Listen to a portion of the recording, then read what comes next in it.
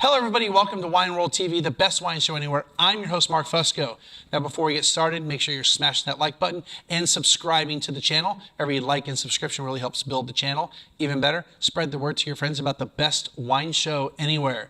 So, again, I'm here at the Texas Hill Country Wine Symposium. For many years, I called it the Winery Symposium, and then I actually looked at what it said. It's their 11th year, and I've been coming for several years. And so there's two seminars that caught my eye, and I almost didn't come.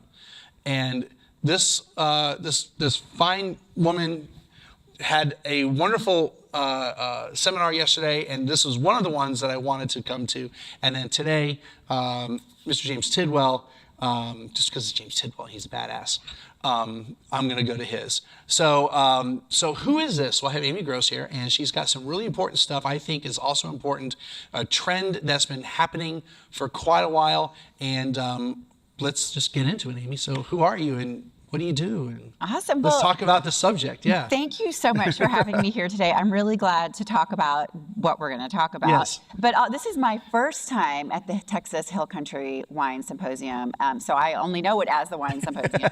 And it has been absolutely phenomenal to talk to so many people in the Texas wine industry, people actually from the global wine industry that are here to learn about what they're doing in Texas. So it has been a blast, and I have to put this back on my list. I got to come back next year too. Please do. So what I do in the industry, I in 2011 was a consumer that enjoyed wine, but had a hard time trying to figure out which bottle to buy. And so I felt like I wanted to be guided by flavor, not popularity. And so back then I started working on building a flavor recommendation engine that wineries could use, that consumers that could use, wine cellars, restaurants, special events could use. And so I ended up working on that. We started with all the AI bells and whistles back then, and then now we've made it much more simple so that if someone wants to know what wine to order today, I can help them figure that out by flavor. So I'm the CEO of VineSleuth, Wine for Me, and you can find out more about us at wine4.me. That is my professional element in the wine industry. But after doing that, I really came to love the industry, and it's so much more than a business. Wine taught me so many things, and I've been able to expand with some volunteer roles. So I am here at the symposium representing Women for Wine Sense. It's a national organization of both women and men that spans the country. We have about 700 members nationwide in 10 different chapters. And I was here representing Women for Wine Sense as their national president to talk about Neo-Prohibitionism. Women for Wine Sense was founded to battle Neo-Prohibitionism 35 years ago. So that's one role, national president, Women for Wine Sense, volunteer role. All of our board is all volunteer. And then also I serve as the Winery Relations Committee vice chairman for judging for the Houston Livestock Show and Rodeo. We need to talk about that. Anyway, sorry to interrupt you on that. Yeah, no. And so it's so great to be here because so many of the winemakers that are here are judges on our team.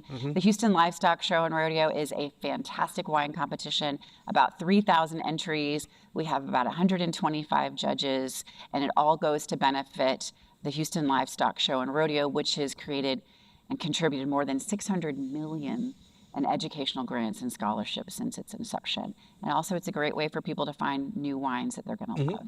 So absolutely. Those are my two volunteer roles, one professional role in the industry.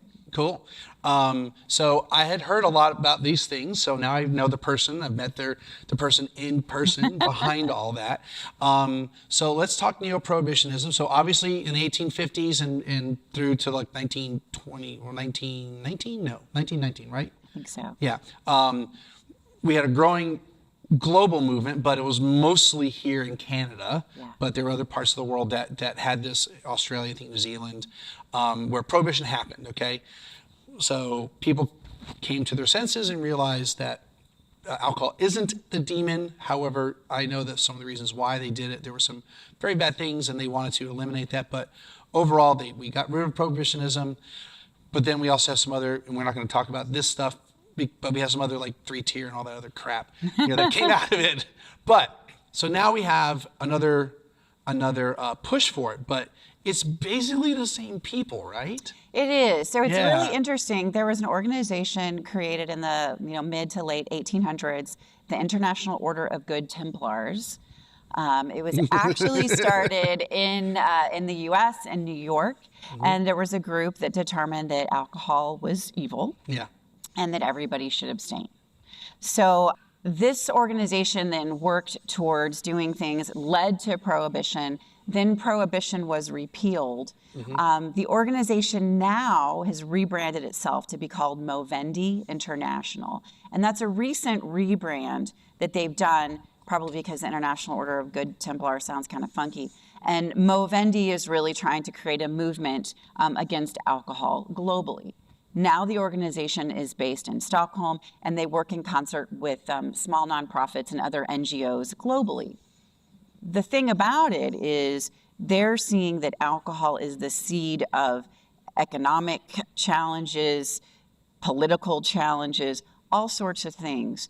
And I'm not here to say that overconsumption of wine isn't a problem, because overconsumption of any kind of alcohol is definitely a problem. I agree, yes. Moderate consumption is not. I agree also. And so whenever we take away the ability to monitor ourselves and put a government entity in charge of that, that's where I've got to say, hey, there's something going on here. So the organization now won't call it prohibition because that was a failure of theirs, because it was then repealed. And so they'll more talk about temperance or moderation or healthy living instead of really talking about prohibition. Yeah. So back in the late 80s, there was a resurgence of the organization and people that were really speaking out against overconsumption of alcohol. Again, overconsumption of alcohol, bad. Moderate consumption of alcohol, good. Yes. So late 80s, there were a group of women. Some of them were winery owners. Some were winery employees. It was Michaela Rodino, who was at St. Supri at the time, I believe, and also Julie Johnson, Marguerite Mondavi. Several other women joined Julie and Michaela in working together to talk about the full story of wine, because their kids were coming home from school and telling them, wine is bad. You make drugs. Like, you're killing people with what you do. And they said, well, there's really a lot more to this story than just that. Now, unfortunately, those that are working for wineries, and wineries in particular, cannot speak out about anything that has to do with health and wine. We can. We can. We can have this conversation. We can have that conversation. Yeah. So what happened was, though, all these wineries are getting all this mud slung at them and told that they were evil and they were doing horrible things. And these women got together and said, that's not the whole story. I can't speak out as a winery representative, but I can speak out as a person, as a mom, as a human being, to say, actually, that's not the whole story. And so they banded together to lobby Congress and to really tell more about wine. And they did a lot of work in researching what are the health challenges and health benefits from wine, if there are any. And they helped to uncover, researchers and scientists and doctors, then ultimately appeared on 60 Minutes to talk about the French paradox. And so their efforts really broke the story that moderate consumption of wine can actually be beneficial for many when it comes to cardiac health. Now, this made a big change for the industry. People realized, okay, wine moderation is a good thing, and it really changed the way that wine was sold in the U.S. But I want to kind of go back and think about the fact that wineries cannot speak out about health, and that's a big problem. So now we're seeing Movendi speaking out again. They're getting allies talking about the challenges that alcohol can present to society.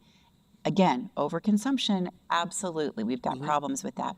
Moderate consumption can be healthy. And there aren't problems with that for most people. For most people, yeah. And let's do our disclaimers. Neither one of us are doctors. Yes. Neither one of us are lawyers. Yes. What was your other disclaimer? Yes, yesterday? I'm not a doctor. I don't play one on TV. Yeah, neither, well, I'm not neither here.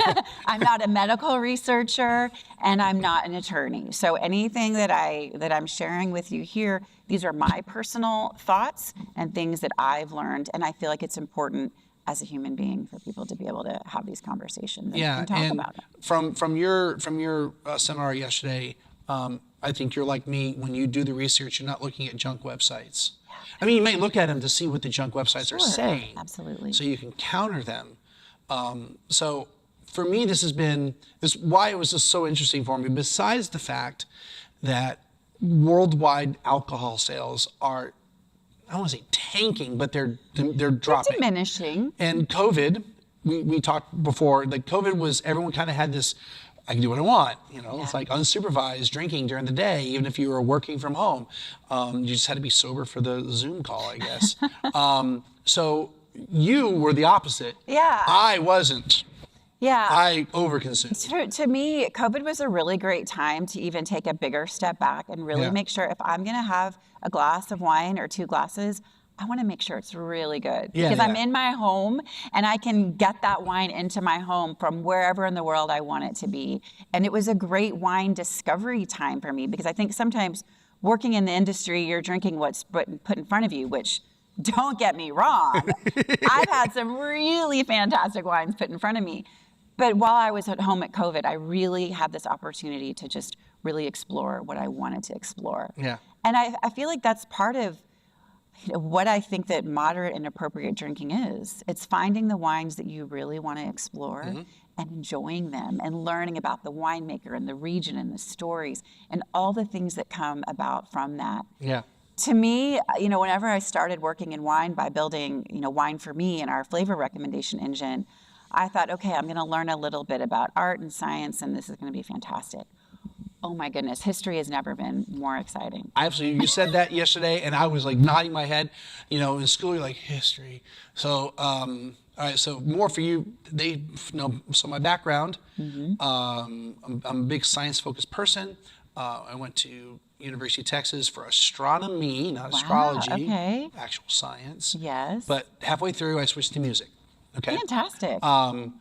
So I'm very technically minded, and I don't even know why I got onto the subject other than looking at actual websites. So when I research this stuff the last few years, because it's started with the sulfites thing, and I will eventually have an episode or 2 or 3 that it's not the sulfites.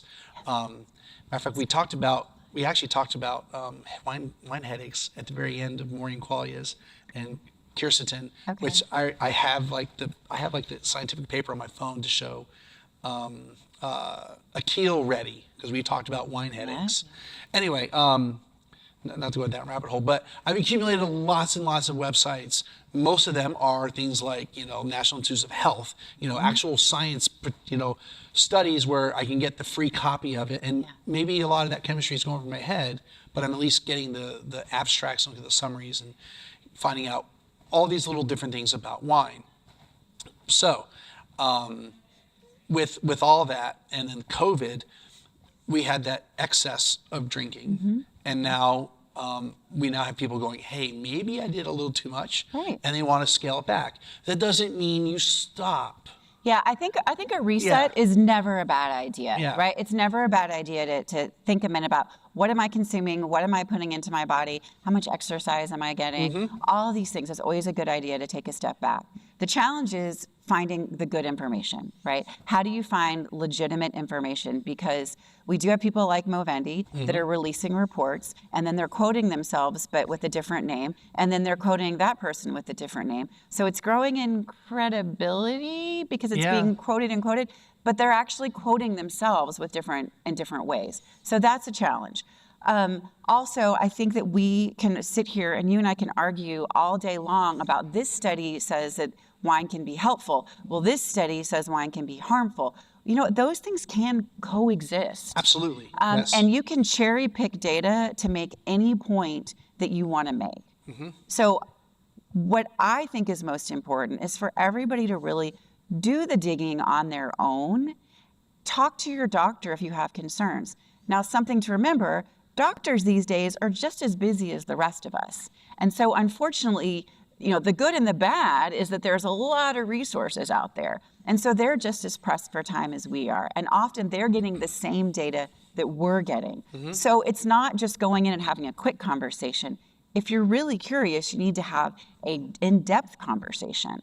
There are a couple of resources that I highly recommend. Yes. There is a fantastic website. It's indefenseofwine.com. And what In Defense of Wine is, it's a website that Dr. Laura Catena of Catena Zapata has pulled together all kinds of very, very recent studies about alcohol and health as well as wine and health.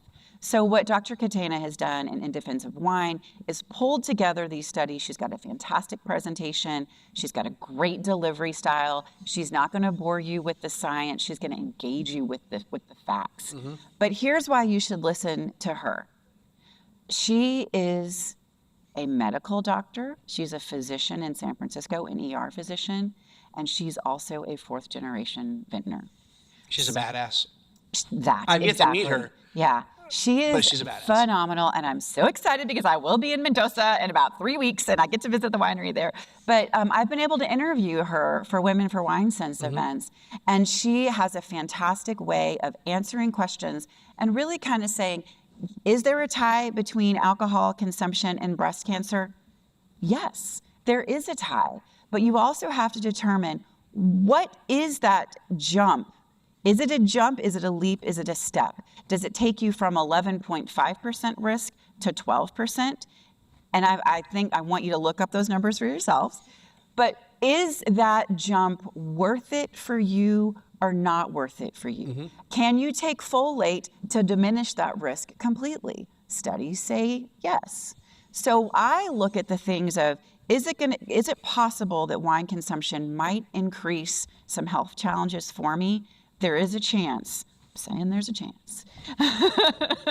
But I'm also saying there are some benefits that can come from alcohol, moderate alcohol consumption. Yes. And we can talk about health things. We can also talk about enjoyment of life. And so everybody's got to really weigh those things for themselves. So resources, indefenseofwine.com. There's another book called The Very Good News About Wine. It's tiny. If I had a copy of it on me, I buy them in tens and I pass them out. It's a fantastic book by a gentleman in the UK who has thousands of studies, and he talks about wine's impact on health. So many different things. And again, you're not going to get bogged down by the scientist. He's a great writer. He's a documentarian. So The Very Good News About Wine, fantastic book. indefenseofwine.com, another great resource for you to kind of look in and make some decisions for yourself. A couple, has it been weeks or maybe it's only been days? I feel like, we had the report that came out in December, Yes. the government report that talked about wine not being linked to cognition challenges, not being linked to weight gain, not causing problems. And then, a week and a half later, the Surgeon General says wine leads to cancer. It leads to 100,000 cases annually. And I got a text from my brother. We all did, right? We all got text messages. Yeah, and my brother. Or just people just plain asking us. Yeah, like what are you doing here? And he said, is there a concerted effort? Like, what is the deal? This is so odd that you have one government entity say this, the other one say this. Where is it? And I said, there absolutely is a concerted effort. And the challenge is we've got to be responsible adults and think about it and make the right choices.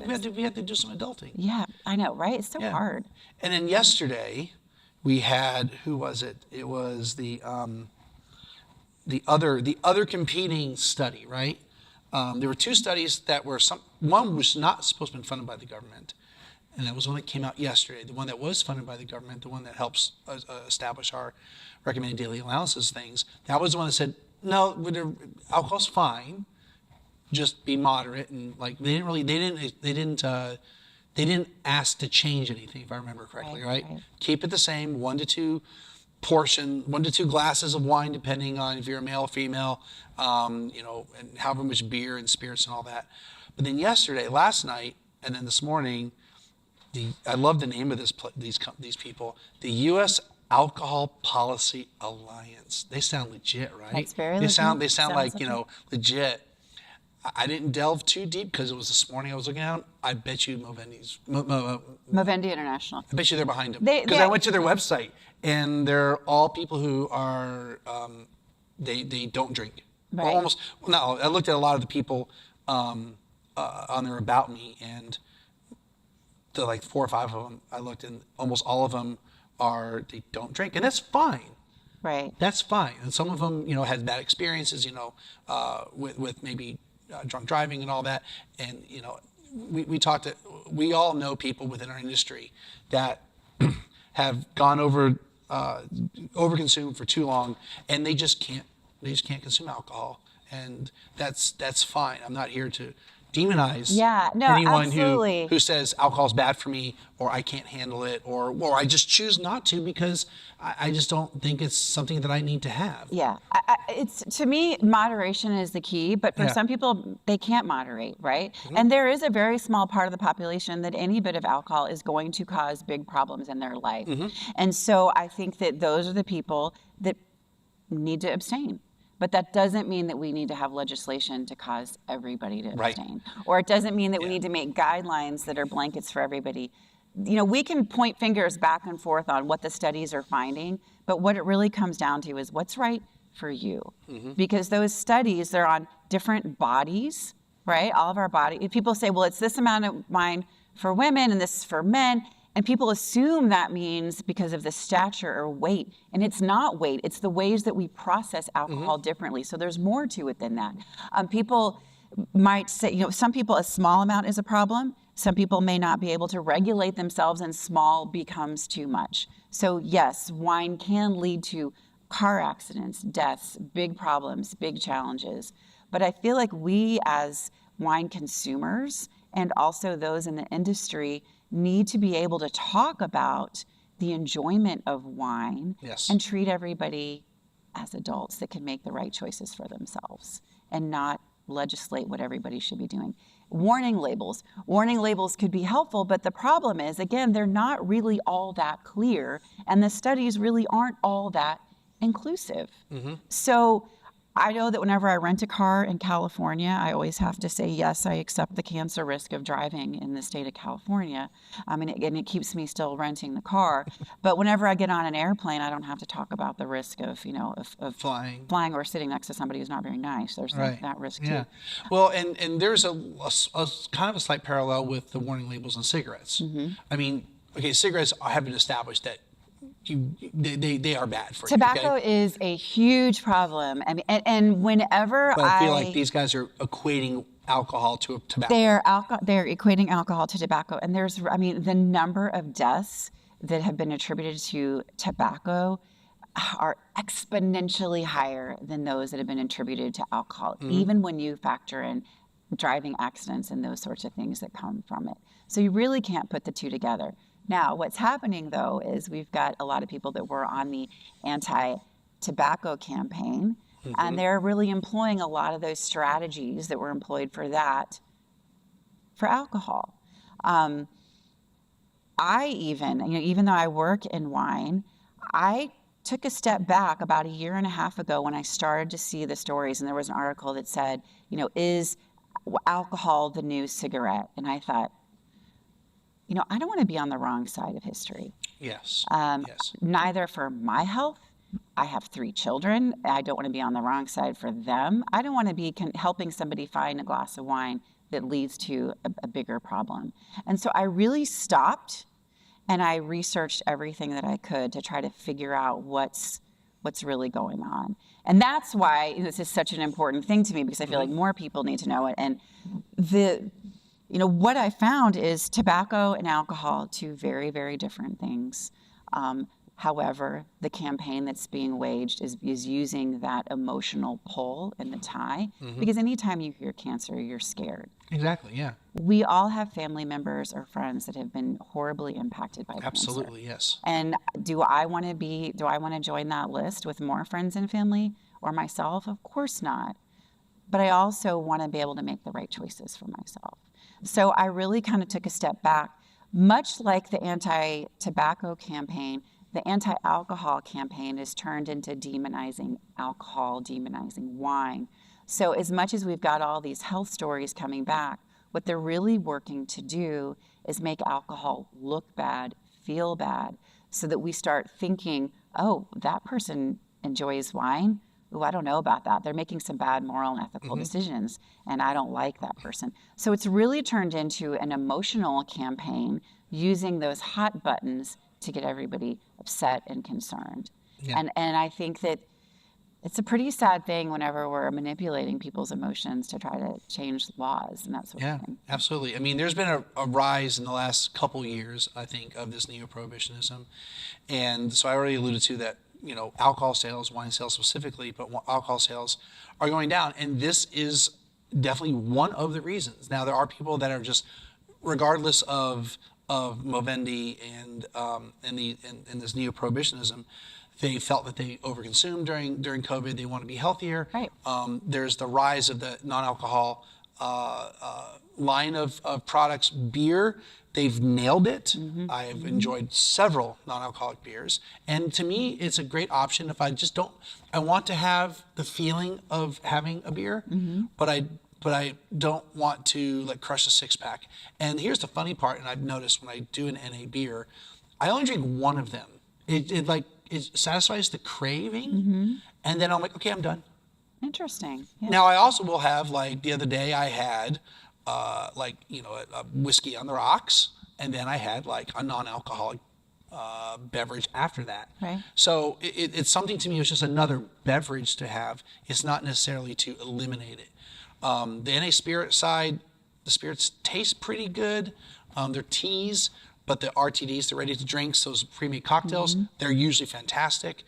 Wine is still lagging dramatically. There are some wines out there I've had, NA wines that have been okay. Right. There's only been one I was absolutely floored with, and then somebody I suggested it to told me a few days ago that he didn't like it. Now that's fine, because I have people I think a regular wine is fantastic, and they don't think it's that great either. Well, I mean, my goodness, how many different options do we have when it comes to wine? Yeah. Right? I mean, there are hundreds of thousands of choices that you can make any day for what wine that you want to enjoy. So whenever we've got these NA wines that are coming up, again, it's going to take a minute because there are choices, right? And someone might absolutely love the flavor profile of one, and the next person might not. Yeah. So I love that there are a lot more choices for people, whether it's choosing a beverage that's non-alcohol and it might mimic a cocktail, or it might mimic wine, or it might mimic beer. I feel like whenever you're in any situation and you want something great to drink, you should have a lot of options. And we don't even have to call it mocktails. Just call it, I want a fun, fruity beverage. Yeah, absolutely. I mean, why do we even have to say it's a mocktail? It's a lovely fruit juice with a little bit of bubble, and I like that. And I think that it's wonderful to see more options coming about. And I hope that people are, just as you want to explore wine that does have alcohol in it, explore the NA wines as well, and find something that you enjoy, because there's times that you might not want to have alcohol in your system. Yeah. And so absolutely, let's have some great choices. 3 or 4 years ago, I reached out to some of the NA spirits people, and I rarely ever ask companies for free samples. I usually get them because I'm on a lot of mailing lists, so usually PR firms send me stuff. But I reached out to them, and it was holidays, so if you're dry January and all that, that's another subject that I don't necessarily agree with, or the reasons that people do it. But I thought it'd be kind of fun, and it was. And in that episode, I really laid out. There are some people that there's a reason. And it has nothing to do with anti-alcohol stuff. They might be the designated driver. Right. They might be pregnant. They might, like the gentleman that I suggested a wine to, he didn't like that, but he liked a different wine. He thought it was awesome, and I haven't had it yet. He had gallbladder surgery. Yeah. So he can't drink anything right now. You know, I had heart surgery a few years ago, and I didn't have any NA stuff, but I couldn't drink during my actual recovery. Mm-hmm. And once I was done, I went back to my normal stuff. And that was pre-COVID. But there are reasons to have NA stuff, and you're not a teetotaler. Like, it's just, you just want that. It's another beverage. It's like, instead of having wine, I have iced tea, or I have a Coke or a water. Absolutely. Or I have, a mocktail or whatever. I have these tea bags that are Palomas. Yeah. You can either put tequila in them, or not. You put it in tequila. You have all the ingredients you need for the Paloma, or you just add water. I had it. My dad tried it. He was like, "It's good." I'm like, "Yeah, it tastes good." Yeah, yeah. You know? We all just want a lovely, refreshing beverage. We just want options, right? Yeah, yeah. And not feel demonized that we decided to have the option of alcohol. Right. As long as we are treating it as we should. Right. And I'll be the first to admit, I have overconsumed plenty of times, usually at home, but I've overconsumed when I've been out and about, and luckily did not get an actual DUI, but I had my close call with that, and I didn't really talk about it for a very, very long time because it's embarrassing. And when you have that type of experience, whether you get an actual DUI or not, there are organizations out there that demonize you if you just had it once. Yeah. You're all of a sudden a bad person, even if you've not been that way for a decade or longer, which is me.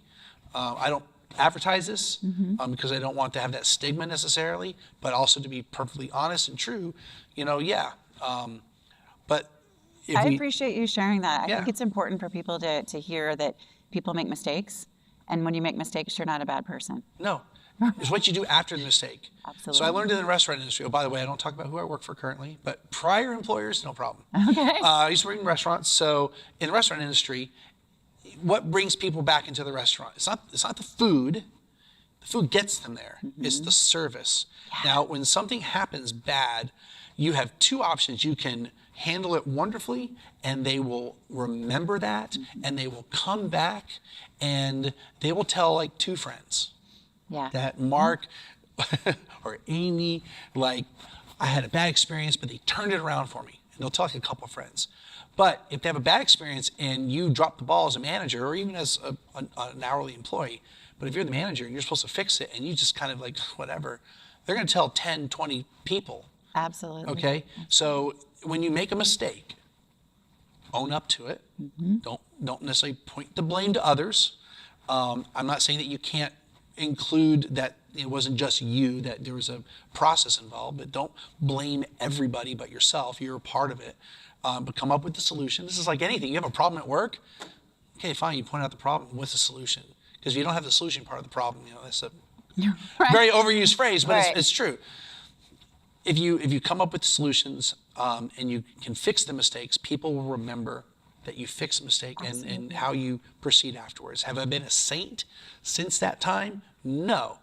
I don't advocate doing anything stupid, but I'm more aware of my surroundings and what I'm doing to make sure that I don't put myself in that situation again. Yeah. And I think that that's wise. And I think that you're probably sharing stories with people that help them to be wiser in their dealings. And I think that, wine is delicious, right? It is. And whenever you've got something delicious or something you like, of course, you're going to want another glass. More and more. You're going to want more and more.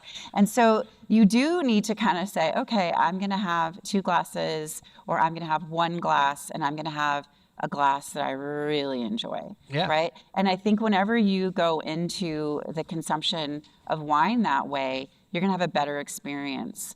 And I think that kind of lends itself to ice cream. If I'm going to have a hot fudge sundae, like, I'm going to have a really fantastic, I want like the really nice thick hot fudge on that baby. I want just the right amount of peanuts. Like, I want it perfect. And then I'm done and I'm happy. And I don't have another ice cream sundae because that's going to be bad for my heart, all kinds of things, right? And we know that when it comes up, but there's not a warning label on my ice cream. There's not a warning label on the hot fudge or the whipped cream or, any of those things. Actually, it's interesting to me that if you drink, I believe it's like 1.5 glasses of milk a day, it's the same increase of risk of breast cancer. Actually, it's more drinking 1.5 glasses of milk than consuming 1.5 glasses of wine. but we don't have warning labels on the milk. We don't. And you know what? I can also be 7 and go buy a carton of milk, and I'm hurting my heart. So these are things that it kind of goes back to making the right choices for yourself, being responsible, and also being with other people that are going to support you in making right choices. I think that wine is a perfect serving size whenever you're with a couple people, because you open up that bottle, you all have a glass and a half, and you enjoy it. And it kind of reminds you, do we want to go to another bottle or do we not? Now, a bottle is not the appropriate serving size for one person. No, it's not. And we can talk about serving sizes. So yesterday I talked about the Coravin. Now the Coravin is expensive, right? I bought it for my review purposes because I would review a ton of wines at the same time. And I'm like, well, I physically could drink all these wines within like 4 or 5 days using the VacuVin system, which it works, but it only works for like a few days. And pro tip, put any wine that you vacuum in, or just throw the cork back in, into your refrigerator. Red, white, doesn't matter, because it helps slow the oxidation. But Coravin really extends it. I mean, months and years. I mean, you're not going to get a decade out of it, but you can extend this. Absolutely. It is expensive upfront cost, and the capsules give you around 15 standard glasses of wine, and you get like a pack of 5 or 6 for like $50. So it can be expensive, but there's other things like VacuVin. There's other things you can spray argon gas or whatever, and there's other wine preservation systems out there. And I think that's why when I kind of mentioned with the beer I drink one, well, because the beer that's the serving size, 12 ounces or 11.2 if it's Europe. Because if you ever notice, the European beers are not 12 ounces; they're 11.2. They're like 100. They're like 355 or 350 milliliters, whatever it is. I think 355 because 375 is half a bottle of wine, which that's what a can of wine is, by the way. Yes, I think that's something important for people to note, because we're seeing a lot of wines by the can, and I love that. But I always try to remind people, a can of wine is a half bottle.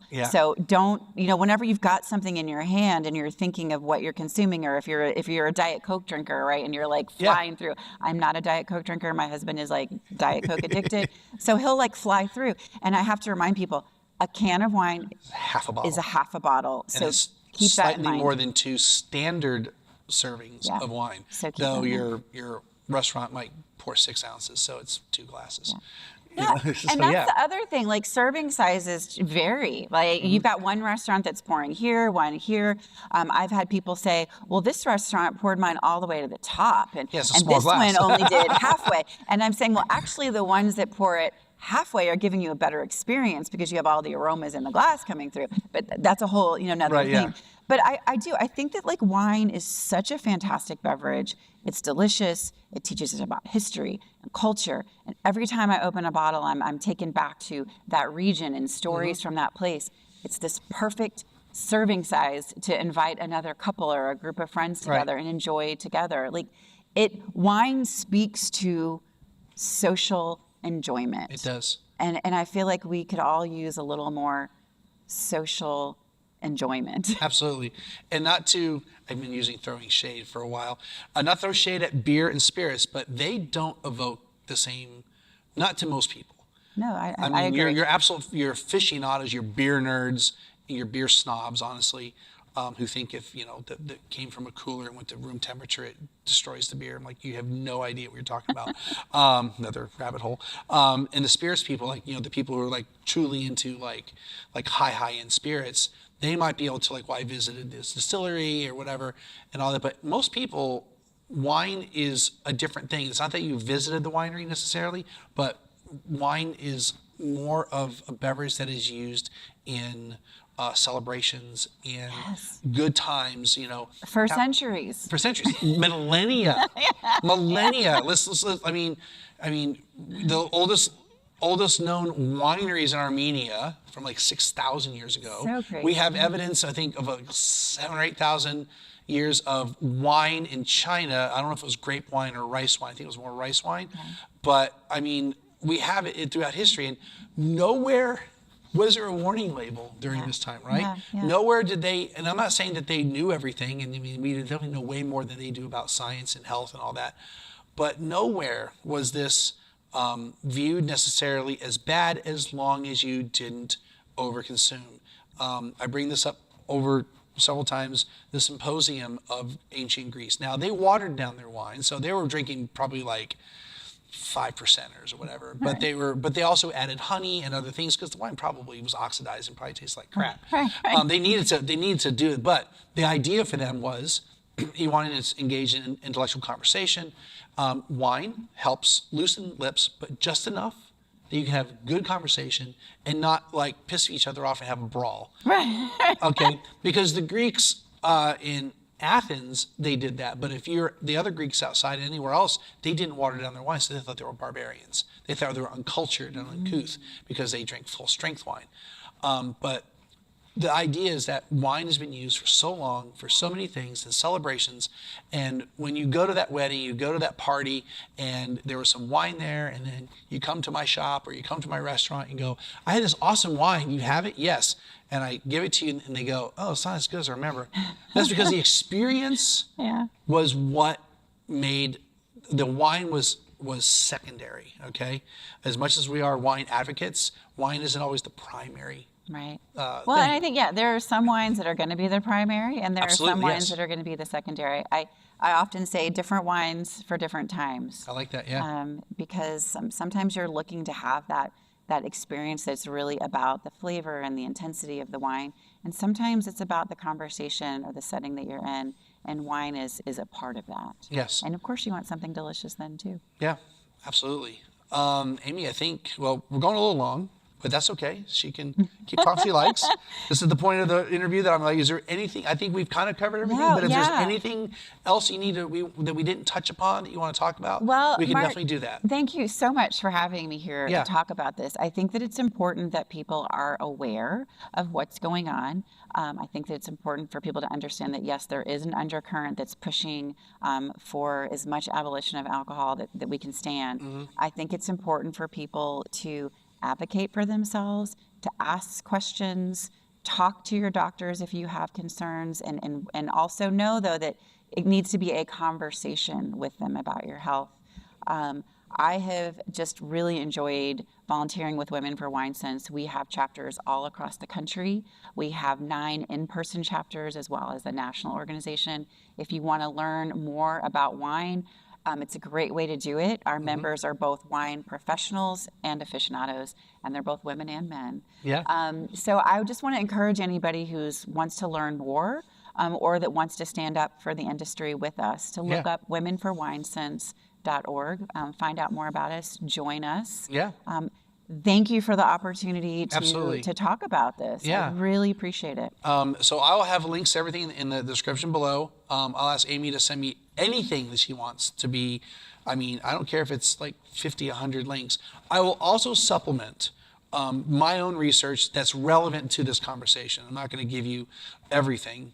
And I'm going to make sure, like, these are good. I mean, I'll have to review my bookmarks to make sure that they were good. I have a bunch on my tabs on the iPad because I was looking at a bunch of stuff up, reconfirming things that I either thought I knew or didn't know, so I could be intelligent about this stuff. Because I was remembering, and we'll talk off camera, I was remembering some other studies out there, and I was like, wait a minute, I thought this, that, and the other. I was like, oh no, I had them all confused and wires were crossed. There's a lot of this going on. Bottom line is, the bottom line is that there's a lot of great information out there, also a lot of information that maybe isn't so great. And if you are someone that just, wants help to stop drinking for whatever the reason is, I'll try to find some links I can put on there. I don't normally do that, but I'm also, some of my closest friends are, can't drink anymore. And I absolutely support them 100%. I don't look at them as flawed or broken. They are wonderful people. Of course. So it's okay. My nephew actually runs several recovery homes in the Houston area, and he's done a fantastic job of helping people reclaim their lives. And I'm thrilled to see the impact that he's making on their lives. I think there are some people that need the guidance, and let's help them out. It's just like any other thing. If you have a substance abuse problem, or any other issue where you need help, whether it's psychological, physical, whatever, emotional, there's people out there, organizations out there. I'm not going to put every link to everything, but there's help out there for people who need it. Absolutely. Well, Amy, this is wonderful. Oh my gosh, Glad we got to talk more about this. Thank you, me too. And I look forward to more interaction with you from Perfect. all of your other hats. I look forward to it. Awesome. Fantastic. All right, folks, that's going to wrap it up. As always, make sure you click like and subscribe. Let all your friends know about the Best Wine Show Anywhere, and we'll see you next time.